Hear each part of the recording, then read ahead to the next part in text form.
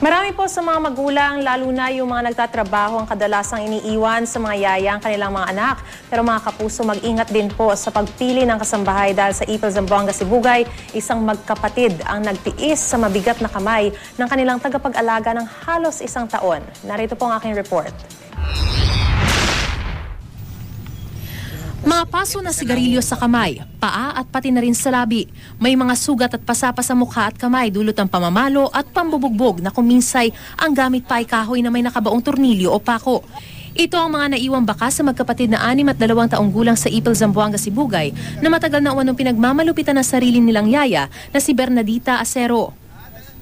Hindi raw agad nakapagreklamo ang tiyuhin ng mga bata sa otoridad dahil kailangan pa niya ng ebidensya. Halos isang taon na raw sinasaktan ng mga bata ang suspect. Hindi na humarap sa kamera si Acero pero inamin niya na sinasaktan niya ang mga bata sa tuwing pasaway umano ang mga ito. Aminado rin siyang may nakabaong pako sa kahoy na pamalo niya pero maliit lamang naman daw ito. Handa naman daw niyang harapin ang reklamo laban sa kanya. Dahil sa mga ganitong insidente, nangangamba ang maraming mga magulang na ipagkatiwala sa yaya ang kanilang mga anak. Pero dahil hindi maiwasan maiwan ang mga bata, may paalala ang Women and Children Protection Center ng PNP sa tamang pagkuha ng mga tagapag-alaga sa mga anak. Nakapaloob daw ito sa bagong kasambahay law. Humingi ng barangay clearance, health certificate at NSO birth certificate. Maaari ring humingi ng NBI at police clearance. Kung may mga senyales na sa simula pa lang na may kaduda-dudang personalidad, huwag na itong kunin. Importante siguro na ma-background investigate, trust ang ating mga anak sa dati na nating kakilala o kaya sa mga trusted na relatives.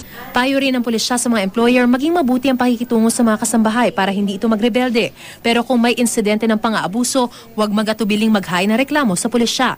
Ang Delta Employment Agency, isang ahensya na maaaring mapagkuhanan ng mga yaya, sinigurong masusi ang kanilang proseso sa pagkuha ng mga aplikante.